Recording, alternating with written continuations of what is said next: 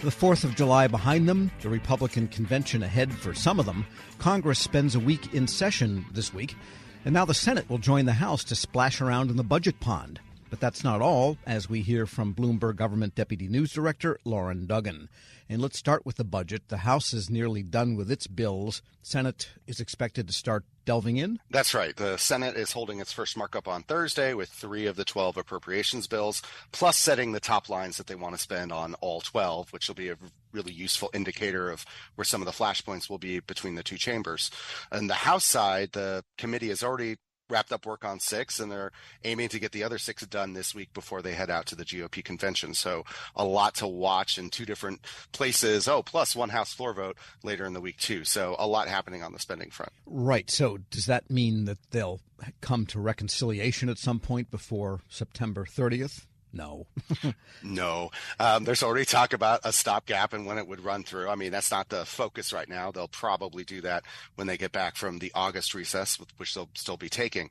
But that's certainly the post-election period is when this will get resolved after, everyone understands who the president will be, if it'll be, the partisan makeup there, and then who's going to control both chambers of Congress. And you kind of want to get that picture in mind before you figure out if you're going to try and wrap it up this year or let it extend into next year, maybe when there's new people in charge. Yeah, the whole presidential picture is such a murky thing right now that we won't even get into that one.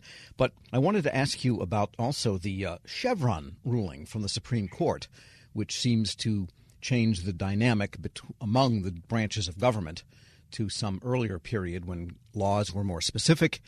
Agency rulemaking was maybe less broad than it is now. What does it look like the Hill will be doing next, do you think? I'm not sure that they'll do anything this week about it, but it does change the dynamic longer term in a lot of ways.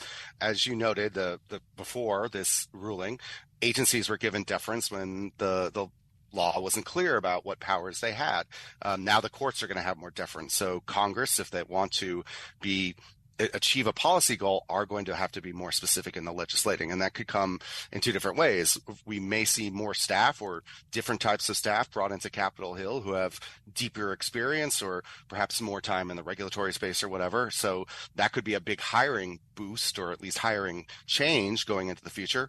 And then lobbyists may also have a bigger role to play here too, because if they know the rules and they know the details, they might have more things to write. But as one lobbyist said, if the 1,000-page omnibuses you see now give you pause, think about the 5,000-page ones you may need in the future to make sure that all your policy goals are spelled out. So this really is a big change. It's something our newsroom, which covers the law, the tax, government across the board, is very focused on and thinking about all the ways it could affect lawmaking and regulating going into the future. Do you think it could affect this year's appropriations for the congressional branch, that they might even vote on ahead of everything else?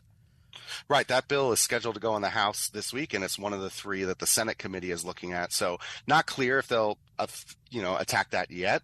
That could be one of the things that when they get to a final version later this year, they put more funding in there. But certainly those questions are going to be going around. And it could also be, do you create more offices in the Capitol to help?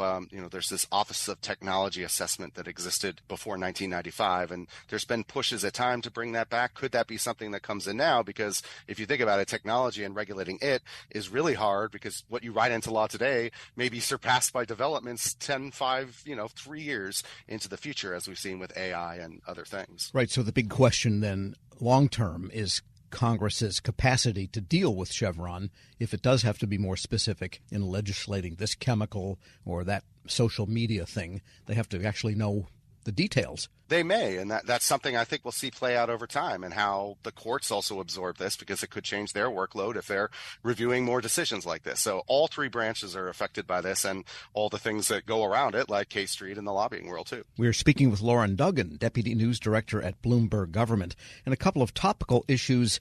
The Senate, one of the committees, is going to be looking at the Francis Scott Key missing bridge.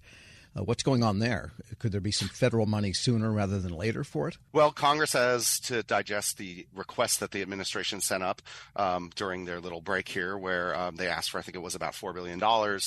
primarily through the Transportation Department to help with the actual rebuilding, but then also some other agencies to help with the cleanup and some of the shipping things that the Army Corps of Engineers has helped with. But this hearing is about it's looking at what the federal and state government have already done to date. I think there's a Federal Highway Administration official coming in and somebody from Maryland at least, and they're just going to review where things stand and what they need to do. The timing of when they act on this request could come down to what FEMA needs as well, because some of the disaster relief funds are going to be tapped. This latest hurricane is just hitting the U.S., and if another hurricane does in August, that could expedite things. So we'll be watching that. But it could be a stopgap spending or CR rider as well in September if they need to move this money faster. All right. And then a couple of, again, specific things, and this maybe relates to that bigger question of Chevron, but the EPA will be before House oversight, and that should be a mixed blessing. Yeah, exactly. Michael Regan will be before that committee. Again, that's the House Oversight Committee can oversee anything it wants, and this time they're bringing him in, and we'll probably have a lot of questions about Chevron and some of the other court rulings, perhaps, that affected what the EPA can do, and then just what his general plans are. I think it's a chance to try and draw a contrast between what Republicans want and what a Democratic EPA has been doing. Right, because the EPA has been the focus. Not in this particular Chevron case, that was actually the Commerce Department, but the EPA has been the subject of a lot of court battles over specific regulations, and they've won some, they've lost some. So that's, I think Chevron is more for them than maybe the Commerce Department, even though that was the sparking case here. And at the same time, the refrigerators and dishwasher standards, here we go, coming up for a vote. What's going on there? Yeah, these bills were talked about a few months ago. They did a broader, making it harder to change efficiency standards unless there were real reasons. But these are going at the specific ones you mentioned, refrigerators and dishwashers, and just making it a little harder to change those standards to try and keep appliances where they are. Democrats will push back on these. These are being driven by Republicans. But, it's yet again part of this regulatory push, and I think trying to have maybe some division going into that convention week that's coming up. We could have a world full of spoiled food, dirty dishes, and if they get after washers and dryers, dirty laundry. Indeed. All right. Loren Duggan is Deputy News Director at Bloomberg Government. We'll keep the fun rolling. Thanks so much for joining me. Thank you. And we'll post this interview at federalnewsnetwork.com/Federal Drive. Hear the Federal Drive on demand. Subscribe wherever you get your podcasts.